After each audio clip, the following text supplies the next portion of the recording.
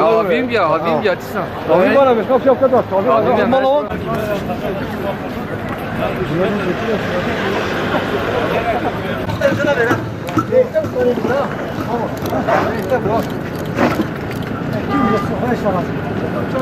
Gece kalktık, sabah kıyametler kopmuş.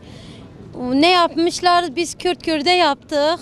Dediler biz Kürdüz, hakkımızı koruyoruz, bunu yapıyoruz. Ezidileri, gavulları içimize soktu. Şimdi evimizden, barkımızdan olduk. Can kalmış, can da gider valla. Yani Allah hakkımızı bırakmasınlar. Sulhuya bırakmasınlar. Allah belasını versin. Bu kadar dedik, Kürdüz, mücadele ediyorsa ha gelsin. Niye kaçmıyor? Bizden önce kaçıyor. Niye? Niye kurşunlardan, niye o gelmiyor bu barikatlarda, bu rezillikte durmuyor?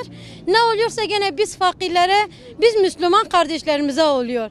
Hani diyorlar biz Kürdüz, gelsin Kürtlüğünü savunsun da.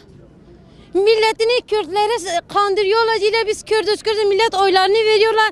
Tam söyle hani sen mecliste oturuyorsa sen adamsa git konuşmanla hakkınla adamlığını yap. Hakkını koru. Sen molotofla halkını rezil etmekle mi hakkını kuruyorsun? Sabah kalktık. Hepsi silahıyla, topuyla, şeyle gelmişler kapımızın önünde barikatlarını kurmuş. Biz kendi canımızın korkunda. Ben kendimden korkmasam çocuğumdan, abimden, şundan bundan korkarım. Ben kendim çıktım. Onlar oradaydı. Onlar herkese dedi yarım saat size mühlet veriyoruz çıkın. Onlar Kürt diyen kişiler bizi çıkarttı.